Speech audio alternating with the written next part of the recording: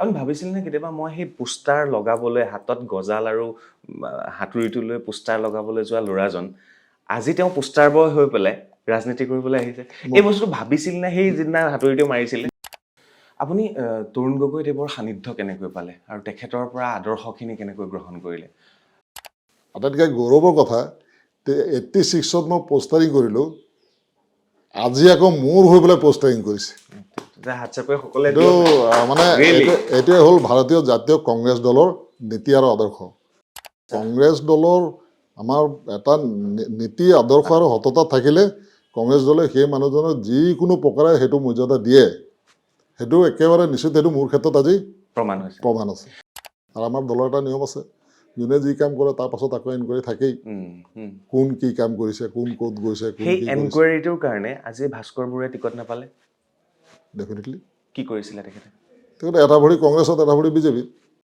আপোনাৰ আৰু ধীৰাজ গোৱালাৰ মাজত ক'ৰবাত ভোট ভাগ হৈ ক'ৰবাত ভাস্কৰ বৰুৱা জিকি নাযায়তো মোৰ ক্ষেত্ৰত মই যেতিয়া কংগ্ৰেছ দলত যেতিয়া কাম কৰি আছিলোঁ চাহ বাগান বুলি নাই কৰা বাগান গাঁও সমানে একেলগে কৰি আছিলোঁ মই সেইফালৰ পৰা মই চাহ বাগানে যিমান মোক মৰম কৰিব গাঁৱৰ ৰাইজেও মোক সিমানেই মৰম কৰিব যিটো তিতাবৰৰ কংগ্ৰেছৰ দুৰ্গ ইমান বছৰৰ পৰা একেই আছে এতিয়াও আছে কনফিডেণ্ট আছে আপুনি জিকিব 100% কনফিডেণ্ট আছে কি কাৰণে আপোনাক ভোট দিব লাগে বুলি আপুনি ভাবে য'ৰ পৰা আহিলোঁ আৰু যি কৰি আছোঁ এইবিলাক কৰি থাকোঁতে কিন্তু মই এইটো ভবা কৰা নাছিলোঁ যে মই এদিন MLA টিকেট বিচাৰি মোক টিকেট দিব গতিকে এই ৰাইজক মোক লাগিব ভোট দিবৰ কাৰণে মই সেইটো স্বাৰ্থ লৈ পেলাই কাম কৰা নাছিলোঁ সেইটো মই নিস্বাৰ্থভাৱে ৰাইজক সেৱা কৰি আছিলোঁ আপুনি গাঁওখনৰ বাবে কৰিছে অসমীয়া সমাজখনৰ কাৰণে কৰিছে নামঘৰৰ বাবে কৰিছে আপোনাৰ দায়িত্ব কিন্তু সমানে সমানে আমাৰ চাহ বাগানৰ কৰ্মীসকলৰ তেওঁলোকৰ কাৰণে আপুনি কি কৰিছে এই যিখিনি কষ্ট কৰি চাহ বাগানত কাম কৰি থকা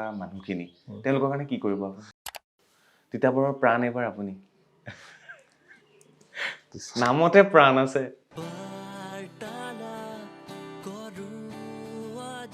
নমস্কাৰ মই চক্ৰপাণী পৰাশৰ চাবলৈ আৰম্ভ কৰিছে বাৰ্তালাপ সদিয়া ধুবুৰী ঘূৰি ফুৰিছোঁ আৰু নিৰ্বাচন চমু চাপিছে আৰু আজি মই উপস্থিত হৈছোঁহি তিতাবৰত আৰু তিতাবৰৰ ৰাজনীতি বুলি ক'লে সদায় কংগ্ৰেছক প্ৰাধান্য দিয়া হয় সেয়া তৰুণ গগৈদেৱৰ পৰা আৰম্ভ কৰি আজিলৈকে আৰু মোৰ লগত বৰ্তমান উপস্থিত আছে এইবাৰ কংগ্ৰেছৰ প্ৰাৰ্থী আৰু তেখেত হৈছে প্ৰাণ কুৰ্মী ডাঙৰীয়া নমস্কাৰ জনাইছোঁ ডাঙৰীয়া আপোনাৰ কথা শুনি আছোঁ আৰু ইফাল সিফাল দেখা পাই আছোঁ আৰু যিটো তিতাবৰৰ ৰাজনীতি আজি ইমান বছৰৰ পৰা কংগ্ৰেছৰ দখলত আছে আৰু শেহতীয়াকৈ আপুনি তাত প্ৰতিনিধিত্ব কৰিবলৈ আগবাঢ়িছে বৰ্তমান সময়টো কেনেকুৱা অহাৰ পৰা দেখিছোঁ ইমান মানুহ আপোনাৰ ঘৰৰ সন্মুখত এই মুহূৰ্তত আপোনাৰ ব্যস্ততাটো কেনেকুৱা প্ৰথমে আপোনালোকৰ নিউজ চেনেললৈ মই ধন্যবাদ জনাইছোঁ নমস্কাৰ জনাইছোঁ সকলো কৰ্মকৰ্তালৈ ৰাতিপুৱা 5টা বজাৰ লগে লগে ৰাইজ আহে মাত খাই লগাই যাওঁতে ইফালে আকৌ আমাৰ চিডুল আৰম্ভ হৈ যায় ব্লকৰ ইয়াৰ মাজতে চলি গৈ আছোঁ আৰু নিশ্চয় তিতাবৰ সমষ্টিটো ইমান বছৰৰ পৰা কংগ্ৰেছৰ দখলত আৰু মই জনামতে তৰুণ গগৈদেৱ থাকোঁতেও মই যেতিয়া তৰুণ গগৈদেৱৰ ইণ্টাৰভিউ লৈছোঁ তেতিয়াৰ পৰা আপুনি ইয়াত ওতঃপ্ৰোতভাৱে জড়িত আছে দল মানুহে চেঞ্জ কৰে কংগ্ৰেছৰ পৰা বিজেপি যায় বিজেপিৰ পৰা কংগ্ৰেছলৈ আহে AGPটো ঘটি আছে তেনেকুৱা কিন্তু আপুনি এটা জেগাতে স্থিতপ্ৰজ্ঞ হৈ আছে কেনেকৈ এইটো ময়ে নহয় মোৰ দেউতাও আছিলে মোৰ দেউতা বিজয় সন্দিকৈ ছাৰ মোৰ দেউতাৰ ওচৰলৈ আহে আগত তেতিয়াৰ পৰা আমাৰ গোটেই ঘৰটো অৰিজিনেলি আমি মানে কিবা কট্টৰ কংগ্ৰেছী বুলি কয় কট্টৰ কংগ্ৰেছী বুলি আমি নিজকে আমি গৌৰৱবোধ কৰে নিশ্চয় ডাঙৰীয়া আপোনাৰ যদি আমি চাওঁ আপুনি যদিও চাহ বাগিচাৰ সন্তান বা চাহ বাগিচা বিলন কৰে কিন্তু আপুনি হাড়ে হিমজুৰে আপুনি শংকৰী কৃষ্টি সংস্কৃতি সেয়া ধৰি ৰাখিছে আপুনি বিভিন্ন দায়িত্বত আছে আপোনাৰ ঘৰৰ সন্মুখত নামঘৰ দেখা পাইছোঁ পূজা অৰ্চনা হয় তাত এই যিখিনি একেলগে অসমীয়া জাতিটোক একেলগে লৈ যোৱাৰ যিটো সপোন আপোনাৰ সেইটো কেনেকৈ এইবিলাক আমাৰ শংকৰী সংঘটো 85 চনৰ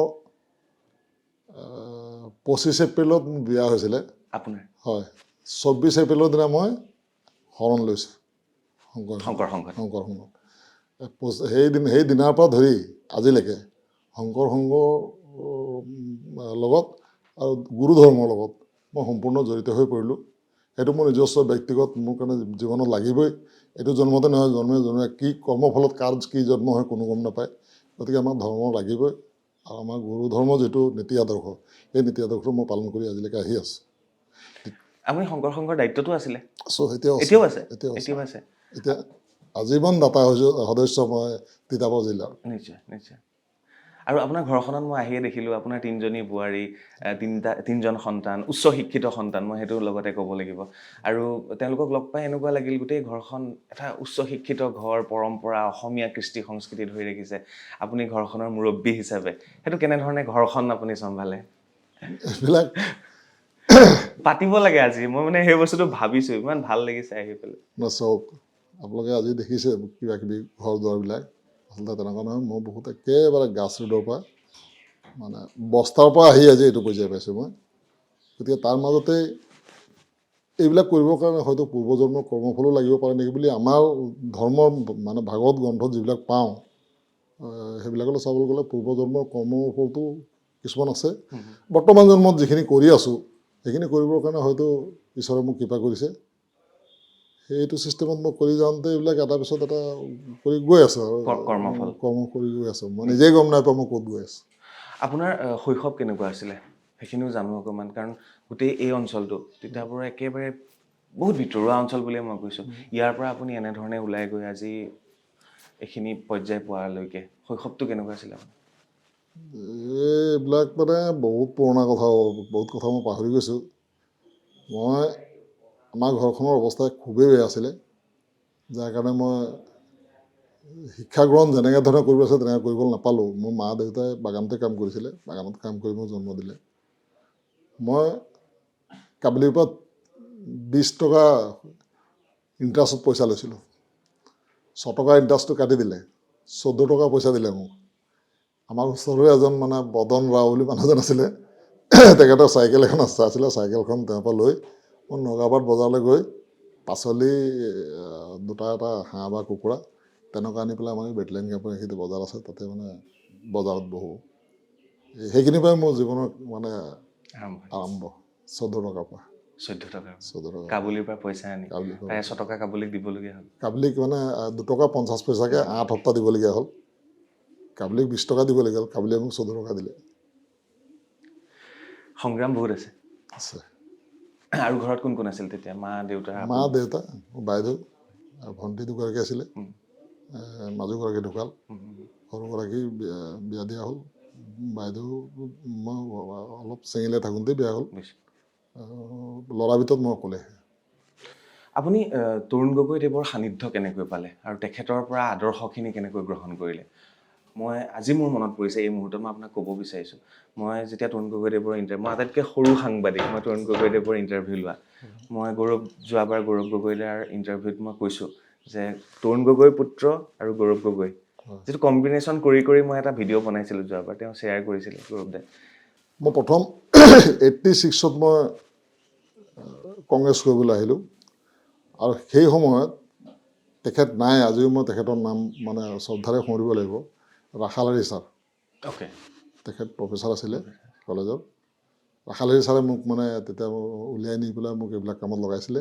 আৰু যেতিয়া মোক উলিয়াই নিলে তেতিয়া মোক কাম দিছিলে গজাল অলপমান, পোষ্টাৰ অলপমান, বেনাৰ, সৰু গাড়ী এখন, চিৰি এটা আৰু হাতুৰি এটা। সেইটো আছিলে মানে গোটেই তিতাবৰত পষ্টাৰিং কৰিব লাগে। এতিয়া আটাইতকৈ গৌৰৱৰ কথা, 86ত মই পষ্টাৰিং কৰিলোঁ, আজি আকৌ মোৰ হৈ পেলাই পষ্টাৰিং কৰিছে। মানে এইটোৱে হ'ল ভাৰতীয় জাতীয় কংগ্ৰেছ দলৰ নীতি আৰু আদৰ্শ। থাকিল সততাৰে নিষ্ঠাৰে মই কাম কৰি আহি আছিলোঁ। বিজয় ইন্দিকৰ ছাৰৰ কথা ক'বই লাগিব। বিজয় ইন্দিকৰ ছাৰৰ লগত কাম কৰিলোঁ। 2001 চনত মই তৰুণ গগৈ ছাৰক পালোঁ। তৰুণ গগৈ ছাৰ পোৱাৰ আগতে মই আমাৰ তৰুণ গগৈ ছাৰৰ ভাতৃ দীপ গগৈ ডাঙৰীয়াক মই পালোঁ। তেখেতে প্ৰথম নিৰ্বাচন খেলিছিলে। তেখেতৰ লগত মই গোটেই তিতাবৰখনত যেতিয়া কাম কৰি আছিলোঁ, তেখেতৰ নজৰত মই পৰিলোঁ, মানে মই যে সততাৰে কাম কৰি আছোঁ, তেখেতে তাৰ মাজৰ পৰাই চিলেক্ট কৰি মোক উলিয়াই ল'লে। উলিয়াই লৈ পেলাই আহি গ'ল বাই ইলেকশ্যন। বাই ইলেকশ্যনত আমাৰ দীপ গগৈ ডাঙৰীয়াই তৰুণ গগৈ ছাৰক মানে চিনাকি কৰাই দিলে। চিনাকি কৰাই পেলাই ক'লে যে ইয়াক দি কাম কৰাব পাৰি। তাৰপিছত তৰুণ গগৈ ছাৰৰ লগত অলপ ঘনিষ্ঠ হ'লোঁ, ভালকৈ চিনি পালে।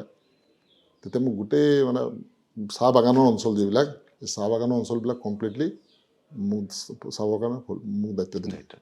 তেতিয়াৰ পৰা কাম কৰি আহি আছোঁ আৰু তৰুণ গগৈ ছাৰৰ লগত মানে ইমানেই ভাল হৈ গ'ল, কাৰণে মোৰ কামৰ প্ৰতি কি ভাল দেখিলে গম নাপাওঁ। কেতিয়াবা তৰুণ গগৈ ছাৰে কেতিয়াবা আমাৰ ঘৰলৈও আহে, ক'ৰবাত মিটিং চিটিং হৈ গ'লে মানে ইয়ালৈ আহে, ইয়াতে কেতিয়াবা ভাত মুঠি খাই পেলাই ইয়াতে ৰেষ্ট লয়। তৰুণ গগৈ ছাৰে বহুত কিছু মোক শিকাই থৈ গ'ল। ছাৰে যেতিয়া গুৱাহাটীতে থাকে, ৰাতিও ফোন কৰোঁ বোলে ক'ত আছা তুমি, বোলো ঘৰতে আছোঁ ছাৰ। এই আমুকত বোলে হাতীয়ে মানুহ মাৰিলে বোলে গম পোৱা নাই? ছাৰ দেখা নাই মই। তুমি এটা কাম কৰা, টিভি নাই চোৱা নেকি? চাব লাগিব ছাৰ, আপুনি কওঁতে মনত পৰিছে, মোৰ দিনটো কামে কামে লাগি এতিয়া আহি এইখিনি পাছত ইটো ফোন কৰি যেতিয়া কৈ দিয়ে যে আমুকত হাতীয়ে মানুহ মাৰিলে, তুমি কাইলৈ যাবা তাত গৈ পেলাই মোৰ হৈ পেলাই তুমি গৈ পেলাই ক'বা মই পঠিয়ালোঁ বুলি, তেখেতলৈ গৈ পেলাই তোমালোক কিবা এটা হেৰি কাৰণে কিবা এটা দি আহিবা আৰু ক'বা যে ছাৰে পঠিয়ালে, ছাৰ যেতিয়া আহিব বোলে লগ কৰিব পোনপটীয়াকৈ। এই তেনেকুৱাকৈ ছাৰে মানে মোক কাম কৰালে। আৰু শেষ মুহূৰ্তত ছাৰে মোক কোঅৰ্ডিনেশ্যন কমিটিৰ চেয়াৰমেন বনাই ছাৰৰ পুঁজি চুজিবিলাক চব মোক দিলে। আচলতে মোক টেষ্ট কৰি চাইছিলে নেকি, কিমান মানে কিমান সৎ টেষ্ট কৰি চাইছিলে চাগে, সেইখিনিতো মোক ক'তো একো নাপালে। গৌৰৱ গগৈ ডাঙৰীয়াতো তেখেতৰ পিতৃৰ লগত আহে আৰু তেখেতৰ ফটো চটোবিলাক এতিয়াও আছে। যেতিয়া কলেজত যেতিয়া পঢ়ি আছিল তেতিয়া 2005 চনৰ কথা, 2005 চনত যেতিয়া আছিলে তেতিয়া গৌৰৱ গগৈৰ দৃষ্টিগোচৰ হ'ল মই যে কাম কৰি আছোঁ।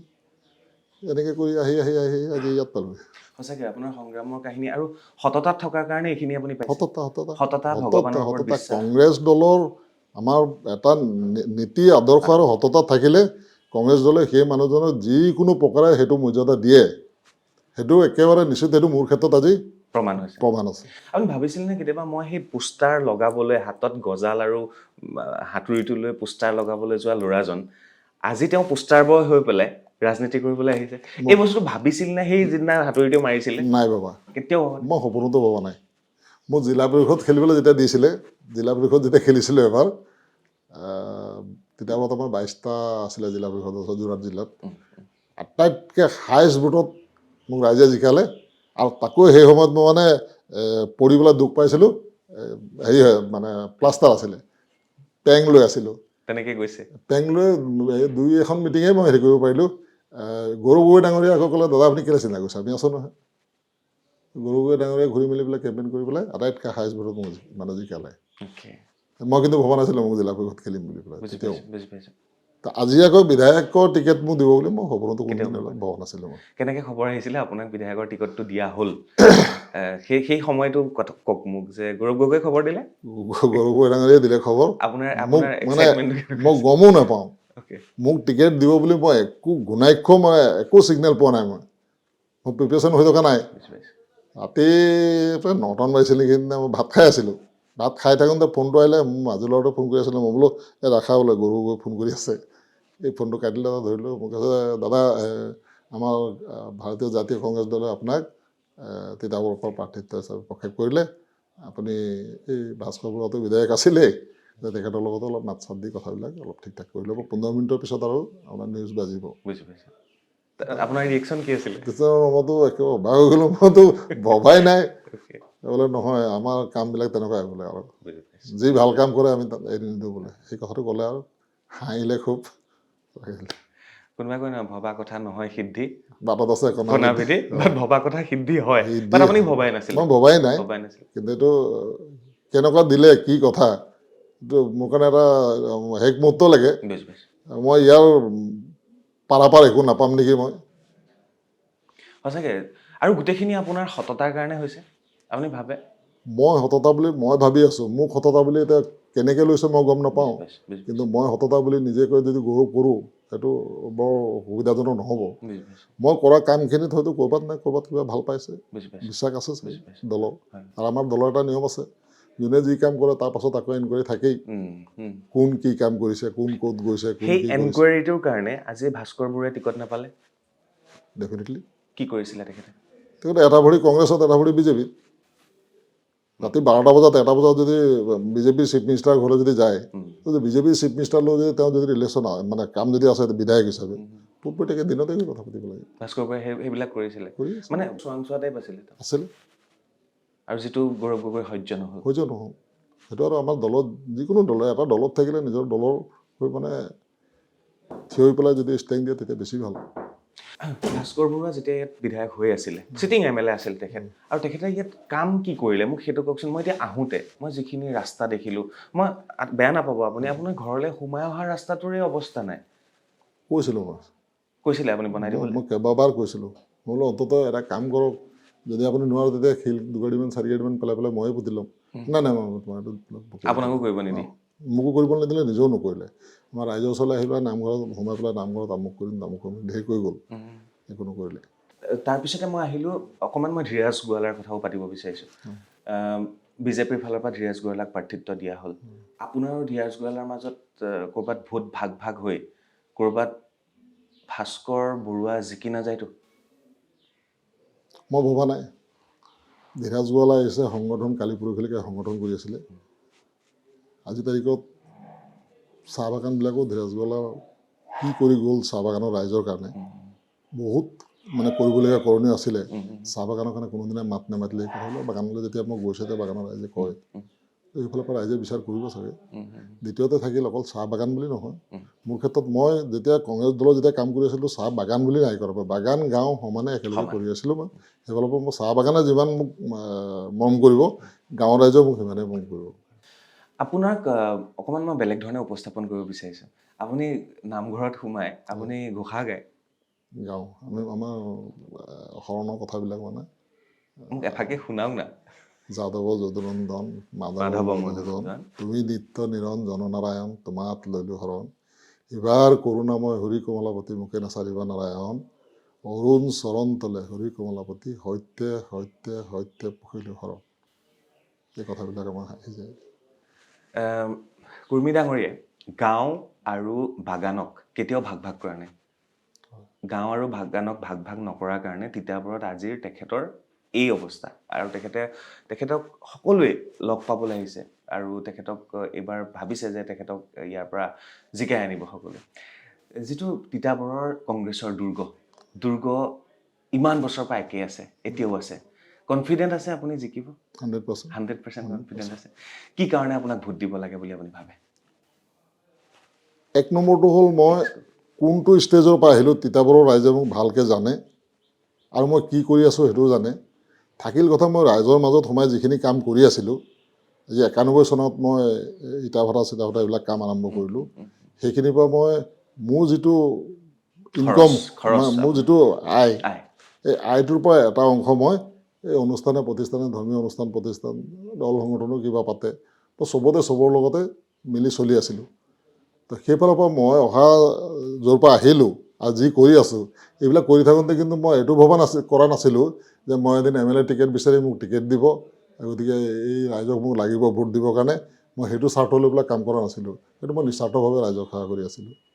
সেইফালৰ পৰা ৰাইজে বিচাৰ কৰিব বুলি মোৰ বিশ্বাস। আপুনি বহুত এইটো অঞ্চলত নামঘৰ বা বেলেগ বেলেগ ধৰ্মীয় অনুষ্ঠানৰ বাবেও যথেষ্ট সহায় আগবঢ়ায়। কৰিছোঁ, নিজে বনায়ো দিছোঁ।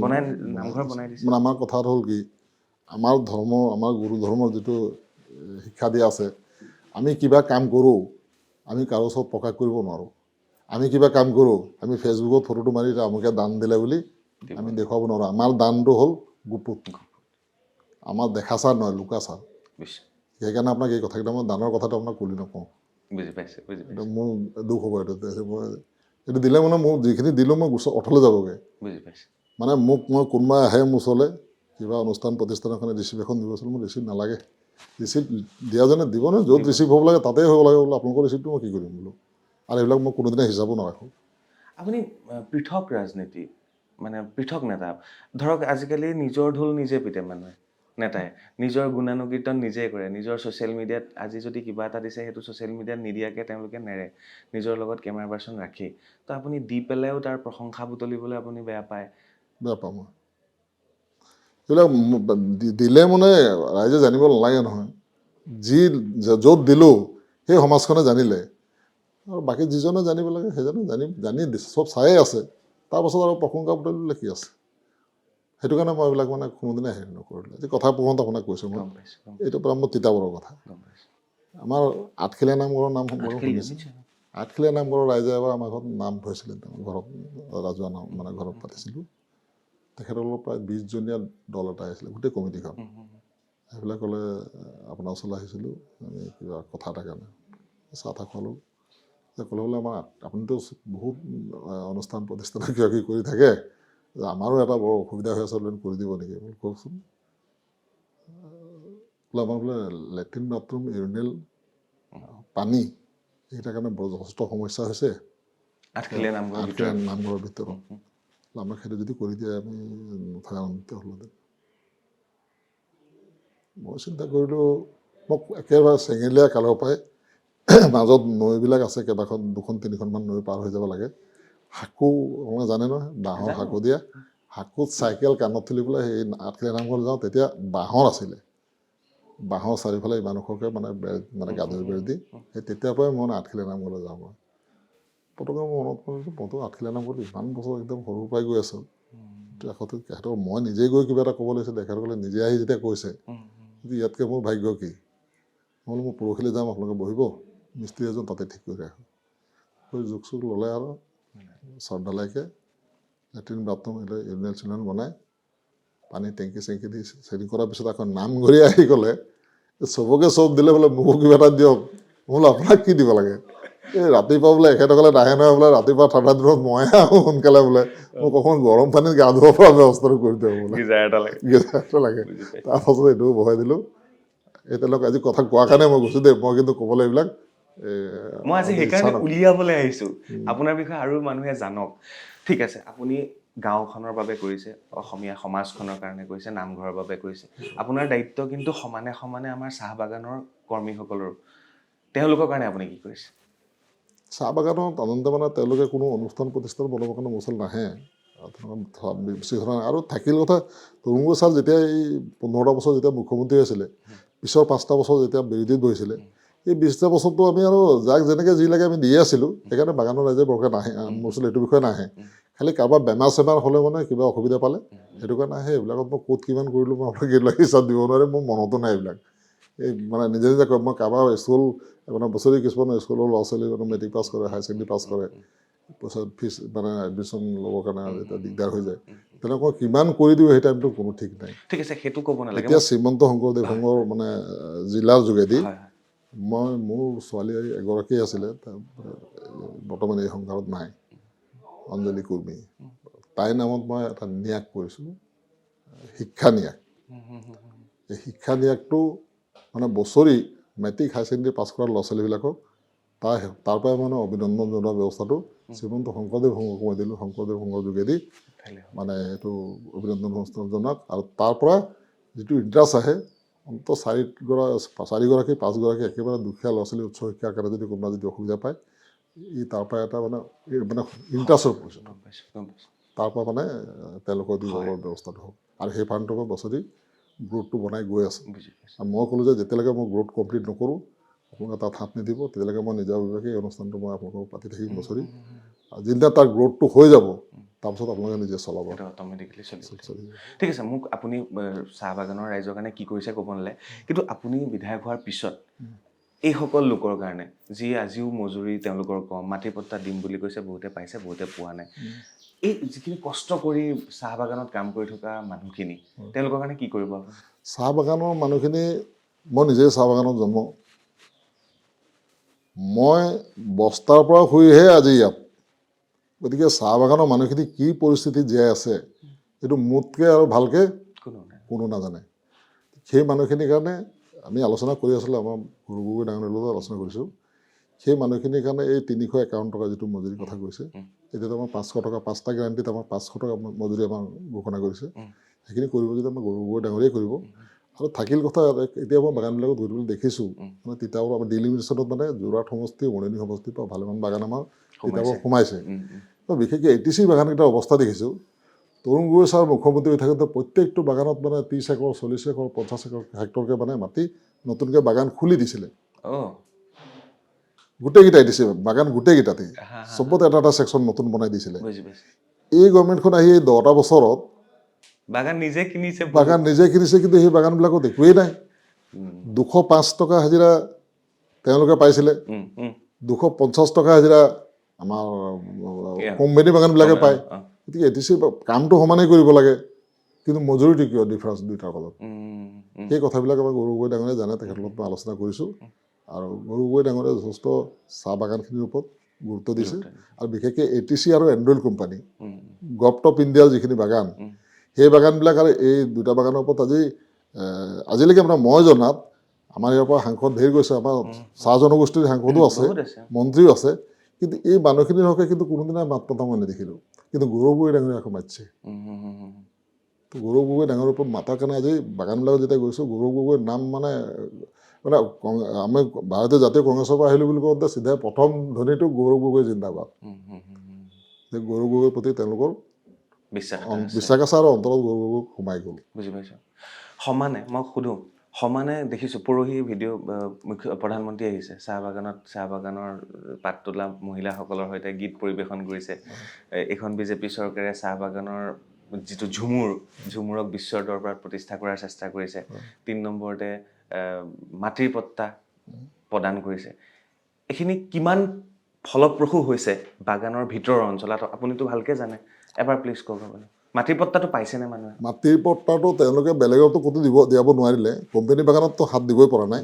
কোম্পানী বাগানে কৰিলে আমি নিদিওঁ, কাৰণ আমাৰ কোটি কোটি টকা বেংকত আমাৰ ঋণ আছে, গতিকে সেইখিনি মাটি তেনেকৈ দিব নোৱাৰা। থাকিল বাগানৰ চাহ জনগোষ্ঠীৰ মানুহ যিখিনি আমাৰ তাত কাম কৰি আছে, সেইখিনি নিজৰ নিজৰ যিখিনি মাটি আছে নিজৰ, সেইখিনিতো মই উঠাই নিনো, সেইখিনি আছে, পিছত কি হ'ব কিন্তু আপোনালোকৰ প্ৰেছাৰত আমি নিদিওঁ। 1 নম্বৰ।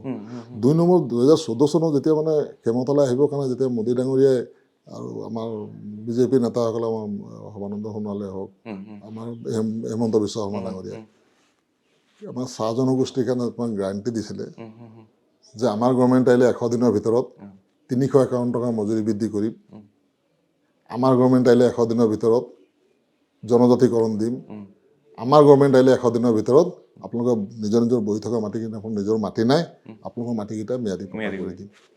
সেইখিনিতে আমাৰ মানুহখিনি অলপ ভুল গ'ল, দেখিলে যে ইমান ভাল ভাল কাম যদি 3টা কৰি দিয়ে ভোটটো তেওঁলোককে দিম, কিন্তু দিলে এইবাৰ গম পালে 10 বছৰ পিছত। তো গতিকে 10 বছৰত 100 দিনত কৰি দিম বুলি কোৱা কামটো 10 বছৰত যেতিয়া নহ'ল, আৰু কি আশাত দিব আৰু এইবাৰ কোম্পানীটো এৰি নিদিয়ে মাটি, নিদিয়ে কেনেকৈ দিব? গতিকে এই গোটেই বস্তুটো এটা মানে ফ্লপছ টাইপ হ'ল। এইটো তেওঁলোকৰ মানে তাহাঁতৰ সদায় আৰু তাহাঁতৰতো কোনো প্ৰলোভন আগৰ পৰা পাই আহিছে আৰু অকল প্ৰলোভন দিয়ে তেওঁলোকে চলাই আছে। আজি উদ্যমিতা আৰু কিবা এই হেৰিবিলাক আপোনাৰ অৰুণোদয় যিটো দি পেলাই তেওঁলোকে মহিলাখিনি একগোট কৰি আছে, কিন্তু তাহানিখনত দেখোন প্ৰয়াত মুখ্যমন্ত্ৰী তৰুণ গগৈ ছাৰো কৰিছে। তৰুণ গগৈ ছাৰ তেতিয়াই এই গোট, যিখিনি গোট তেওঁলোকে এতিয়া চলাইছে আত্মসহায়ক গোটবিলাক, এই গোটবিলাকৰ জন্মদাতাজন কোন? এই গোটবিলাকক উলিয়াই আনি গোট বনাই পেলাই তৰুণ গগৈ ছাৰে তেতিয়াই, এতিয়া যিটো উদ্যমিতা দিছে, তেতিয়া কল্পটোৰ নামত আঁচনি এটা আছিলে, গতিকে এইটো পইচা তেতিয়াই দি গ'ল, এইটো কোনো নতুনত্ব নহয়। কিন্তু তেতিয়া তৰুণ গগৈ ছাৰে এটা কথা কোৱা নাছিলে যে মই এইবিলাক দিছোঁ, আমাৰ মিটিঙলৈ মহিলা চব আনিব লাগে, সেইটো কোনোদিনাই কোৱা নাছিলে। কিন্তু এতিয়াতো মহিলা কোনোবা এইটো যদি আঁচনিৰ লগত যদি জড়িত হৈ আছে, দেওবাৰ দিনা বোলে কিবা মন কি বাত শুনিব লাগে, মানে এইটো চাকৰি টাইপ হৈছে, আপুনি জানে নাই? আজিকালি মই সেইদিনা আমি পাতিছো, যদিহে আঁচনি পাইছা তেতিয়াহ'লে এইটো এটা চাকৰি, তোমালোক আহিবই লাগিব। আৰু এই মন কি বাত শুনিবলৈ যাওঁতে বোলে এখন ৰেজিষ্টাৰ আছে, কোন কোন তাত এজেণ্ট আছে, কোন কোন এবচেণ্ট আছে, ৰেজিষ্টাৰ মেইনটেইন কৰে, বাধ্য যাবলৈ ন, বাধ্য। নাপাব ন। তেনেকুৱা প্ৰেছাৰ দি পেলাই অনুদান দিয়ে নেকি বাৰু? অনুদান দি পেলাই অনুদান আৰু অনুদানত কিবা এইটো আমাৰ বিজেপিৰ হয় নাই, কংগ্ৰেছৰ নেকি, সেইবিলাক বাছ বিচাৰ নহয়। তৰুণ গগৈ ছাৰ দিনটোতো বিজেপি কংগ্ৰেছটো কৰা নাছিল। তৰুণ গগৈ ছাৰে আমাক কৈছিলে, চাবা দেই, অসমৰ মুখ্যমন্ত্ৰী মই, তোমালোকৰ MLA, কিন্তু তিতাবৰৰ যিমান জাতি জনগোষ্ঠী যিখিনি আছে, যি দলৰে নহওক, গোটেইখিনিৰ প্ৰতিনিধি মই। তোমালোকে আঁচনি চাচনি কিবা ধৰোঁতে কিন্তু তোমালোকে দল ভাগ নকৰিবা, অধিকাৰটো চবেই পাব লাগিব। তেনেকুৱা এজন দূৰদৰ্শী আমি মানুহ মানে নেতা মোৰ জীৱনত পাবলগীয়া হ'লে, এতিয়া যদি পাওঁ কেনেবাকৈ আমাৰ প্ৰদেশ কংগ্ৰেছ সভাপতি গৌৰৱ গগৈ ডাঙৰকৈ পাম, ইমান দূৰদৰ্শী নেতা মই আজিলৈকে নাই পোৱা, আগতো পোৱা নাছিলোঁ, আৰু আগলৈ পাম যদি গৌৰৱ গগৈ পাম বুলি মই আশা কৰিছোঁ। ইমান দূৰদৰ্শী আৰু মই আজিলৈকে সঁচাকৈ আপুনিতো বহুত ঘনিষ্ঠকৈ পাইছে, তেওঁৱে আপোনাৰ হেৰি। কিন্তু মই যে একেবাৰে পাইছোঁ, মই একেবাৰে সৰু, মই চাগে একেবাৰে কনিষ্ঠ সাংবাদিক আছিলোঁ, যাৰ মই মানে 2 ঘণ্টাৰ ইণ্টাৰভিউ লোৱা আৰু তেওঁ মোক সময় দিছিল প্ৰথম ইণ্টাৰভিউটোত মোৰ 20 মিনিটৰ কথা পাতি পাতি মোৰ লগত ইমান ভাল পালে তেওঁ 2 ঘণ্টা ইণ্টাৰভিউ দিছিলে মোৰ আজিও ভালকে মনত আছে আৰু তেওঁৰ খুব খুহুতীয়া কথাবোৰ মই সুধিছিলোঁ আপুনি বাদ দিয়াহে বুলি কেলে কয় date is also important matter বুলি কেলে কয় এইবিলাক মানে মই তেওঁক খুব ধুনীয়াকৈ ৰসালভাৱে সুধিছিলোঁ মনত পৰিছে আজি সেই অনুষ্ঠানটো মই ইয়াৰ পিছতে আহিছোঁ এটা বিশেষ প্ৰশ্নলৈ এইটো প্ৰশ্ন হৈছে যে আপুনিতো সেই সময়ত আজিৰ মুখ্যমন্ত্ৰীগৰাকীকো লগ পাইছিলে গৌৰৱ গগৈৰ কাষতে তো সেই মুখ্যমন্ত্ৰীগৰাকী কেনেকৈ লগ পাইছিলে আজিৰ মুখ্যমন্ত্ৰীগৰাকীক গৌৰৱ গগৈৰ কাষত বা তৰুণ গগৈৰ কাষত আপুনি কেনেকৈ লগ পাইছিলে সেই সময়ত যেতিয়া কংগ্ৰেছত আছিলে কিবা কাহিনী মনত আছে কি হৈছিল তৰুণ গগৈ ছাৰৰ কাষত যেতিয়া হিমন্ত বিশ্ব শৰ্মা আছিল কংগ্ৰেছত মন্ত্ৰী আছিল সেই সময়ৰ কাহিনী কি হৈছিলে সেয়া এটা কথা মোৰ মনত পৰে আজি আপোনাৰ পৰা বহুত কথা উলিয়াব প্ৰথম আমাৰ 2001 চনত যেতিয়া আমাৰ গভৰ্ণমেণ্ট ফৰ্ম হ'ল আমাৰ বৰ্ষপূৰ্তি পাতিছিলে সোণাৰাম নাম আছিলে আমাৰ গুৱাহাটীত সোণাৰাম ক্ষেত্ৰ ভৰলুৰ ওচৰত ফিল্ডখন হয় তেতিয়া আজিৰ মুখ্যমন্ত্ৰী আমাৰ হেৰি আছে আমাৰ AICCৰ সভানেত্ৰী আছিলে তেতিয়া আমাৰ সন্মানীয় সোনিয়া গান্ধী ডাঙৰীয়া তেখেত আহিছিলে সেই বৰ্ষপূৰ্তিলৈ হিমন্ত বিশ্ব শৰ্মাৰ ডিউটি আছিলে পেনেল চেনেল বনাই পেলাই ঠিক ঠাক কৰি দিয়া আমি যেতিয়া গৈছোঁ তালৈ আমাৰ লগতে বাঁহডাল ধৰি পেলাই থিয় হৈ আছিলে এইজন মুখ্যমন্ত্ৰী সেইখিনিত পাইছিলোঁ এইজন মুখ্যমন্ত্ৰীক আমি তেনেকৈ পালোঁ তাৰপাছত লাহে লাহে তৰুণ গগৈ ছাৰ বৰ সৰল মানুহ নহয় জানো খুব চবকে মানে এই সৰল সহজৰ সুবিধাটো উঠাই অতি বেছি বিশ্বাস কৰিলে কাৰণে বাকীবিলাকে একো নকৰিলে কিন্তু বিশ্বাসঘাটো কৰিলে যদি আমি তেতিয়াৰ পৰা যিখিনি পালোঁ এই আজিৰ মুখ্যমন্ত্ৰীয়ে কৰিলে কিন্তু বেলেগে তেনেকৈ নাই কৰা তো আপুনিওতো তেনেকুৱা সহজ সৰল আপুনিও তেনেকুৱা অতি বিশ্বাসী মানুহ হয় নহয় বৰ সৰল সহজৰ সুবিধা যদি কোনোবা উঠায় যি নীতিয়ে কৰক ৰাজনীতিয়ে কৰক কূটনীতিয়ে কৰক যি নীতিয়ে কৰক তাত কিন্তু ধৰ্মনীতি বোলা বস্তু এটা আছে সেইটো তেওঁ চাব ওপৰলৈ যাব তেওঁ বিচাৰ কৰিবই সেইখিনিৰ পৰা বাচি থকাটোৱে মেইন কথা আমি ইয়াত কি কৰিছোঁ কি নাই কৰা চাই আছে নহয় ভাল যেনে কৰ্ম তেনে ফল সেইটো তাৰ কাৰণে এবাৰ নিজে মানে সাজু হৈ থকাই ভাল কৰ্ম কৰিলে ভাল ফলৰ কাৰণেও সাজু হৈ থাকিব পাৰি আমি তেতেলী গছ ৰুই পেলাই আপেল বিচাৰিলে নাপাব আপেল যদি দৰকাৰ হয় আপেল গছেই ৰুব লাগিব মই অকণমান আপোনাৰ ঘৰৰ কথালৈ আহোঁ ঘৰত আপোনাৰ 3জন ল'ৰা 3জনী বোৱাৰী অকণমান কওক ঘৰখনৰ বিষয়ে ডাঙৰ ল'ৰা ডক্তৰ সৰু ল'ৰা ডক্তৰ মাজু ল'ৰা এনফৰ্চমেণ্টৰ আৰু ডাঙৰ ল'ৰা ফৰেষ্টত আছিলে এৰিলে চাকৰি আৰু আপোনাক সহায় কৰিবৰ কাৰণে ৰাইজৰ সেৱা কৰিবৰ কাৰণে তেওঁ আছে 3জনী বোৱাৰী ক'ৰ পৰা আনিলে চবৰে লগত কথা পাতিলোঁ ইমান ফটো চটো উঠিলোঁ আমি চবেই এগৰাকী মৰিয়নী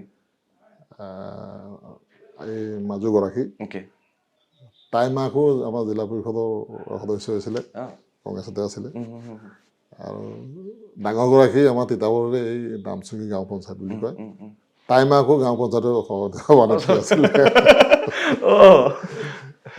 সৰুগৰাকী হ'ল দেৰগাঁও তেওঁলোকৰ ৰাজনীতিৰ লগত তেনেকৈ জড়িত নাই ৰাজনীতিৰ পৰিয়াল আৰু ঘৰৰ পৰিয়াল একেকাৰ হৈ আছে সেইফালৰ পৰা মানে এই সৰুগৰাকীয়ে এতিয়া চাকৰি কৰিছে বাকী ডাঙৰগৰাকীতো চাকৰি নকৰোঁ বুলি কৰিলে তৰুণ গগৈ ছাৰ তেতিয়াই কৈছিলে তুমি চাকৰি BAত আছিলে চাকৰি কৰিবলৈ তোমালোকৰ চাকৰি নকৰোঁ বোলে মানে লাগিব বাৰু তোমালোকৰ চাকৰি হ'ব দিয়া লোকে আছে নহয় কৰিছে নহয় ভাবি কিন্তু ছাৰে কিন্তু চাকৰিৰ কথা কৈছিলে কৰিবলৈ ডাঙৰ বোৱাৰী নকৰোঁ বুলি ক'লে মাজুগৰাকীয়ে চাকৰিৰ কথা চিন্তাই নাই কৰা এই দুয়োগৰাকী ল'ৰা পঢ়োৱাত লাগে ল'ৰা দুটাক এটা ল'ৰা আছে নাতি ল'ৰা পঢ়োৱাৰ তেনেকুৱা ল'ৰা বনোৱা ধান্দাতে তেওঁলোকে লাগি আছে চাকৰি বাকৰি ধান্দাত 3গৰাকী বোৱাৰী চাহ জনজাতিৰ মই ভাল লাগিল যে এই ঘৰখনলৈ আহি মানে ইমানেই অসমীয়া কৃষ্টি সংস্কৃতিৰে ভৰপূৰ ঘৰখন সেইটো মোৰ খুব বেছি ভাল লাগিলে আৰু আপুনি ইমান কষ্টৰে ডাঙৰ দীঘল হ'ল বেছি পঢ়া শুনা আপুনি কৰিব নোৱাৰিলে কিন্তু নিজৰ সন্তানকেইটাক ইমান ডাঙৰ মানুহ কেনেকৈ বনালে কিন্তু এই মই 14 টকা লৈ পেলাই যেতিয়া বেপাৰ কৰিবলৈ যেতিয়া সোমাইছিলোঁ সেই সময়ত মানে মই বাহিৰৰ জগতখন মই পাই গ'লোঁ ওলাই যোৱাৰ লগে লগে বাহিৰৰ জগতলৈ বিভিন্ন জেগালৈ গ'লে বিভিন্ন ধৰণৰ কথাবিলাক পোৱা যায়। মই তাৰ পৰাও যথেষ্ট জ্ঞান লাভ কৰিলোঁ। সেইখিনি জ্ঞানো অলপ সহায় কৰিলে। আৰু মই তেতিয়া সেইটো সময়ত চিন্তা কৰিলোঁ যে মোৰ সম্পদ এই ল'ৰা তিনিটাহে। এই ল'ৰা তিনিটাক যদি অলপ কষ্ট কৰি যদি মই ঠিক ভাল কৰি ল'ব পাৰোঁ, অন্ততঃ নিজৰ ভৰিত নিজে থিয় হ'লে মানে মই মানে শেষ মুহূৰ্তত মোৰ মানে মনত দুখ ভাৱ এটা লৈ পেলাই যাতে যাবলগীয়া নহয়। মাজু ল'ৰাটো যিটো এম্পচমেণ্ট, সি মেট্ৰিক পাছ কৰি হায়াৰ ছেকেণ্ডেৰী পাছ কৰোঁতে প্ৰাগজ্যোতিকাত পঢ়িম বুলি ক'লে। এডমিশ্যন দিবৰ কাৰণে পইচা হাহাকাৰ তেতিয়া বেলেগৰ পৰা ধাৰ লৈ লৈ পঢ়াইছিলে, ঘূৰাই দিলোঁ পিছত। আপোনাৰ এই জীৱনটোত কষ্টও আছে, দুখ আছে। ছোৱালী এগৰাকীৰ কাহিনী। আপোনাৰ পত্নী ভালে আছে, বৰ্তমান আছে। আপোনাৰ ছোৱালী এগৰাকীৰ নোহোৱা হোৱাৰ কাহিনীটো কি আছিলে? মানে কিবা খালে বমি কৰে, জ্বৰ হয়। সুস্থ আছিলে? সুস্থ। বুজি পাইছোঁ। ডিব্ৰুগড়লৈ নিছিলোঁ। ডিব্ৰুগড় ডাক্তৰ মানে ট্ৰিটমেণ্ট দিলে, ৰং ট্ৰিটমেণ্ট হৈ গ'ল। কিবা লিভাৰৰ প্ৰব্লেম আছিলে নে কিবা কাৰণে কিবা TB ট্ৰিটমেণ্ট দি দিলে। তেতিয়া ৰং ট্ৰিটমেণ্ট হওঁতে সেই সময়ত মোৰ নিজৰো গা খুব বেয়া। মই চেন্নাই অহা যোৱা কৰিব লাগে, ইফালে ছোৱালী ইয়াত দেখুৱাই আছে। মই চেন্নাইত আছোঁ, এওঁলোকে মোক জানিবলৈ দিয়া নাই। মাজু ল'ৰাটো মোৰ লগত চেন্নাইত থাকিলে, মোৰ লগত ডাঙৰ ল'ৰাটো আৰু তাৰ লগৰকেইটা লৈ পেলাই এওঁলোকে নি পেলাই গুৱাহাটীত ভৰ্তি কৰিলে ছোৱালীক। পাছত মই বেলেগৰ মুখত গম পালোঁ, মোৰ ল'ৰাটোও মোক নাই কোৱা, মানে তেনেকুৱা এটা হেৰি হৈ গ'ল। মই বোলে এনেকুৱা বোলে কি মাটো বোলে এনেকুৱা হৈ আছে, কোৱা নাই কেলৈ কোনো? এই ঠিকে আছে বোলে, তাত হেৰি কৰিছে বোলে, এইটো কাৰণে নাই কোৱা, এইটো ক'বলগীয়া নহয় বোলে, লুকাইছিলে বোলে। লোকৰ মুখত গম পাই বোলে মই বোলো নাই নাই, মই গুৱাহাটী যাম। লগালগ মই গুৱাহাটীলৈ গুচি আহিলোঁ, চালোঁ। চাই পেলাই তাইক মানে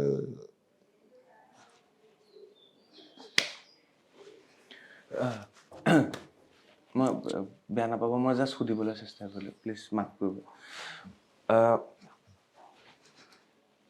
মই এটা বস্তু দেখিলোঁ এইবাৰ, উজনি অসমত ৩ গগৈ একেলগ হোৱাৰ বাবে ক'ৰবাত ভয় খাইছে মুখ্যমন্ত্ৰী হিমন্ত বিশ্ব শৰ্মাই, আৰু যাৰ বাবে বিভিন্ন কথা তেওঁ সংবাদ মাধ্যমত কৈ আছে, আপুনিও চাগে দেখা পাই আছে। তো উজনি অসম বৰ্তমান বিজেপিৰ বাবে টাফ। এইবাৰ টাফ হ'ব। এইবাৰ টাফ মানে আমাৰ 21 চনতে গভৰ্ণমেণ্ট হ'ব লাগিছিলে। এই আমাৰ যিখিনি দল আমাৰ একেলগে যে লগ হোৱা নাছিলে 21 চনত, সেইটো কাৰণে আমি পৰাজয় বহন কৰিবলৈ গ'লোঁ। আমাৰ বহুত চিট আমাৰ গভৰ্ণমেণ্ট মানে ফৰ্ম কৰিব পৰা বহুত চিটত আমি সমষ্টিত আমি 500, 800, 1500, 2000, 3000 খুব কম ভোটত আমি পৰাজয় বহন কৰিবলৈ গৈছিলে। এতিয়া আমাৰ দলেও চিন্তা কৰিলে, আমাৰ লগত এলায়েন্সৰ যিকেইটা দল আছে তেওঁলোকেও চিন্তা কৰিলে যে এনেকুৱা ভাগ ভাগকৈ আমি নিৰ্বাচন খেলিলে বিজেপিক আমি পৰাস্ত কৰিব নোৱাৰিম। গতিকে চবেই লগ হৈ লৈ এইবাৰ যিটো হৈছে, এইবাৰ আমাৰ কংগ্ৰেছ এলায়েন্সৰ গভৰ্ণমেণ্ট এইবাৰ অসমত ৰাখোনতা কোনো নাই। মানে ইয়াৰ তিতাবৰৰ যিটো কাহিনী, ইয়াত ভোটৰ অংকটো কেনেকুৱা হ'ব? মানে কিমান শতাংশ ভোটাৰ আছে বা কিমান ভোটাৰ আছে, মহিলা ভোটাৰ কিমান, চাহ জনজাতিৰ কিমান, এই বস্তু এটা কেলকুলেশ্যন নিশ্চয় আপুনি কৰিছে? আছে, মই চব তেনেকৈ চোৱা নাই, গোটেই চাৰ্টখন চালোঁ মানে আকৌ পাহৰি গ'লোঁ মই কোন জনগোষ্ঠীৰ কিমান ভোটাৰ আছে। মই মেজৰিটি চাহ জনগোষ্ঠী মানে 64,000 কেইটামান কম, 64,000 ভোট আছে চাহ জনগোষ্ঠী। ছেকেণ্ড পজিশ্যন 28,000, থাৰ্ড পজিশ্যন 27 নে 26,000, তেনেকৈ 8,000, 10,000 শেষৰ মানে 300লৈকে আছে। গতিকে সেই জাতি জনগোষ্ঠীকেইটা মোৰ ক্ষেত্ৰত অকল চাহ জনগোষ্ঠী বুলি কথা নাহে, মোৰ ক্ষেত্ৰত প্ৰাণকৰ্মী বুলিও ইমান কথা নাহে। মোৰ ক্ষেত্ৰত পোন প্ৰথমে আহিব এই তৰুণ গগৈ ছাৰৰ সমষ্টি, আৰু তৰুণ গগৈ ছাৰৰ সমষ্টিত আমি কংগ্ৰেছ জীয়াই ৰাখিব লাগিব। বুজি পাইছোঁ। সেইটো কাৰণে ভোট দিব। তিতাবৰৰ প্ৰাণ এইবাৰ আপুনি, নামতে প্ৰাণ আছে। ক'ৰবাত যদি হেৰিয়ে ধীৰাজ গোৱালাই যদি ভোট 50-50 কৰে, আপুনিতো বাকীসকলৰ ভোট পাই আপুনি জিকি যাব। দিব ধুনীয়াকৈ। ধীৰাজ গোৱালা, মই একো সমালোচনা কৰিব নাযাওঁ। ধীৰাজ গোৱালা কালি পৰহি সংগঠনৰ পৰা আহিছে, আৰু মই 86 ইয়াৰ মাজতে সোমাই আছোঁ। ৰাইজে এইবিলাক বিচাৰ কৰি আছে, নিশ্চয় কৰিব। ভাল লাগিল আৰু শেষৰ ফালে মই যাওঁ দুটা প্ৰশ্ন ঝুমুৰক যে বিশ্বৰ দৰবাৰত প্ৰতিষ্ঠা কৰিলে আপোনাৰ কেনেকুৱা লাগিলে ঝুমুৰটো প্ৰতিষ্ঠা কৰাত আপত্তি নাই ঝুমুৰটোক দি পেলাই মানে সেইখিনিতে সীমাবদ্ধ কৰি ৰাখি দিব নালাগে নালাগিছিল সেই মানুহখিনি কি অৱস্থাত আছে তাৰ ওপৰত তেওঁলোকৰ কোনো প্লেনিং নাই যেতিয়াই কিবা এটা নিৰ্বাচন আহে এই মানে কিবা টোপ এটা দি পেলাই মানে ভোটটো ল'ব লাগে সেইটো আচলতে নিয়ম নহয় তেওঁলোকৰ ভোট ভৱিষ্যতৰ কাৰণে উঠি অহা প্ৰজন্ম তেওঁলোকৰ এতিয়া সৰু সৰু ল'ৰা ছোৱালী যিকেইটা উঠি আহিছে 250 টকা হাজিৰা লৈ পেলাই আজি যিটো বজাৰত মূল্য সেইটো মূল্যত তেওঁলোকে কেনেকৈ চলিব সেই কথাৰ ওপৰত তেওঁলোকৰ কোনো প্লেনিং নাই যে এই মানুহখিনি সেইখিনি নাই আপোনাক ক'লো অলপ আগত মই ATC বাগানবিলাক ATC বাগানবিলাক যিটো অৱস্থা হৈ আছে তো আৰু 5টা বছৰ যদি এনেকুৱা থাকে সেইখিনি মানুহ বাটলৈ ভিক মাগিবলৈ ওলাই আহিব লাগিব কিন্তু সেইখিনি মানুহ ইমান হাজাৰ হাজাৰ মানুহ কাম কৰিবলৈ ক'ত ইমান কাম পাব আপোনালোকে দেখিছে আগৰ আমাৰ গভৰ্ণমেণ্টে বাগান ৰুই আহিছিলে তেওঁলোকে চিনেমাৰত 200 বিঘা বাগান আকৌ উঘালিয়ে পেলালে খুলি আছে বাহিৰৰ পৰা কোনো ফৰেনাৰ আহিব তালৈ এতিয়া এই বাগানৰ মানুহখিনি মানে বেনিফিট কিটো হ'ব চাহ জনজাতিৰ পৰা বহু মিনিষ্টাৰ MLA মই ৰূপেশ গোৱালাৰ পৰা আৰম্ভ কৰি পল্লৱ লোচনৰ পৰা আৰম্ভ কৰি তেৰছ গোৱালাৰ পৰা মানে বহুত আছে তো তেওঁলোকে কি কৰি আছে নাই মতা জনগোষ্ঠীটো হৈ পেলাই প্ৰতিনিধিত্ব কৰি আছে জনগোষ্ঠীটো হৈ মাত মতা নাই দেখিছে সেইবিলাকতো দেখি আছে অসমৰ ৰাইজেও দেখি আছে চাহ জনগোষ্ঠীৰ ৰাইজেও দেখি আছে সেইবিলাক তেখেতসকলে বিচাৰ কৰিব এইটো আৰু বিচাৰ কৰিবৰ কাৰণে টঙালি বান্ধিলে আৰু আপোনাৰ আৰু এটা কথা দুখ লাগে নে কেতিয়াবা এই চাহ বাগানত যিসকল মজদুৰ যিসকল লাইনত কাম কৰে তেওঁলোকৰ যিটো পুৱাৰ পৰা ৰাতিলৈকে তেওঁলোকৰ যিটো জীৱন প্ৰক্ৰিয়া একো গম নাপায় তেওঁলোকে আপুনি গম পায় একো তেওঁলোকৰ গম নাপায় অকল হাৰিয়া খাব লাগে কষ্ট কৰিব লাগে কষ্টটো জান প্ৰাণ দি কষ্ট কৰি দিয়ে তাৰ বাবে তেওঁলোকে পায় কি না শিক্ষা না স্বাস্থ্যৰ বাবে তেওঁলোকে ভাল সুবিধা আজিকালি কিছু পৰিমাণে উচ্চ শিক্ষিত হৈছে কিন্তু একাংশটো তেনেকেই আছে ৰাতিপুৱা ল'ৰা ছোৱালীক খুৱাই বুৱাই দি গুচি যায় ওলাই গুচি যায় ঘৰলৈ উভতি আহোঁতে বেলি মাল যায় কাৰণ খাবলৈ খোৱা আহাৰ চাহৰ লগতে পুষ্টিকৰ খাদ্য ক'ত পাব পুষ্টিকৰ খাদ্য নাই এই যিখিনি আছে সেইখিনিকে লগত লৈ গুচি যায় সেই ল'ৰা ছোৱালীবিলাক খাই কেনেকুৱা যায় স্কুললৈ তেওঁলোকে ইমান কষ্টৰ মাজেদি যিটো শিক্ষা গ্ৰহণ কৰিছে তে আমাৰ এতিয়া চাহ বাগানৰ ল'ৰা ছোৱালীকেইটা 3rd ডিভিজনত পাছ কৰা আৰু মোৰ ল'ৰাটো 1st ডিভিজনত পাছ কৰা বা 4টা বা 5টা লেটাৰ লৈ পাছ কৰা দুইটাক যদি লগ লগাই যায় মানদণ্ডত তাক কোনো কমি নহয় সমান বুলি ক'ব পাৰি নিজৰ টেলেণ্টত নিজে হাত মুখ ধুই কাপোৰ কানি পিন্ধি স্কুললৈ গৈছে আমাৰতো আকৌ গাড়ী লৈ গৈছে আকৌ লগে লগে স্কুলৰ পৰা অহাৰ লগে লগে কিবা খাই পেলাই আকৌ টিউশ্যনলৈ পঠিয়ালেই গতিকে সি আকৌ নিজেই পঢ়িছে গধূলি হ'লে কিতাপখন মেলি নিজেই পঢ়িছে টিউশ্যনটো নাই ঘৰ চলাইছে মাক বাপেকৰতো মানে খবৰেই নাই ল'ৰা কিমান পঢ়িছে কি পঢ়িছে খবৰ নাই গতিকে সেইফালৰ পৰা মই তেওঁলোকক সন্মানৰ ক্ষেত্ৰত মই কোনোদিনে মানে হেৰি নকৰোঁ গোটেই অসমখন সেউজীয়া কৰি ৰাখিছে তেওঁলোকে অক্সিজেন দি আছে তেওঁলোকে আমি অক্সিজেন খাইছোঁ আৰু লুটি পুটি আৰু তেওঁলোকৰ ঠগি আছে ভাল লাগিল বহুত সময় ল'লোঁ আপুনি আহক মোৰো সভা আছে আপোনাৰ সভা আছে ইয়াত কথা পাতি থাকিলে নহ'ব আজি বহুত ডাঙৰ চিডুল গম পাইছোঁ তেতিয়াহ'লে মই বিদায় দিওঁ বেয়া নাপাব যদি বেয়া নাপাওঁ আপুনি এইখিনি সময় দিলে তাৰ বাবে বহুত বহুত ধন্যবাদ আৰু শেষত মোক কিবা এটা শুনাব নেকি ঝুমুৰে ফাঁকি কাৰণ ইফালে ঘোষা শুনালে কিবা এটা ঝুমুৰৰ যদি শুনাই মোৰ ভাল লাগিব ঝুমুৰৰ প্ৰতি মোৰ ইমান হেৰি নাই মানে আমাৰ মানে কথাটো কি হ'ল আমি সৰুৰ পৰাই মানে হেৰি লগত আৰু গাঁৱৰ মাজতে থাকিম বিদায় লওঁ আজিলৈ তথাপি অকণমান কলি এটা আকৰ বন্দনা কৰি সৰস্বতী মাগ বলি বন্দন নৰ নাৰী মদন ঝুমুৰ লাগল বাৰী ধন্যবাদ আপুনি তিনিজন সন্তান 4গৰাকী সন্তানৰ পিতৃ এতিয়া ককা হ'ল আপুনি বয়সটো লুকুৱাই ৰাখিছে নে কি চুলি মোৰ ৰং কৰিছোঁ উপায় নাই মই কৈছোঁ ৰং কৰিবলগীয়া হৈছে মই আৰু তাতে আমাৰ মানে কি বাগান অঞ্চলৰ আমাৰ সেই সময়ত যেতিয়া মই মানে শংকৰ সংঘত আমি যেতিয়া সমন আছিলোঁ এই জাতি হেৰিটো আমাৰ তেতিয়া খুব বেছি আছিলে মানে আমাৰ এনেকুৱা আমাৰ যদি মই ক'ব পাৰোঁ যদি ছোৱালী এজনী যদি ভাল পাই পেলাই যদি কেনেবাকৈ লৈ আহোঁ তেতিয়া আমাৰ ঘৰৰ ছোৱালীখিনি আকৌ আমাৰ হেৰিয়ে নিনিয়ে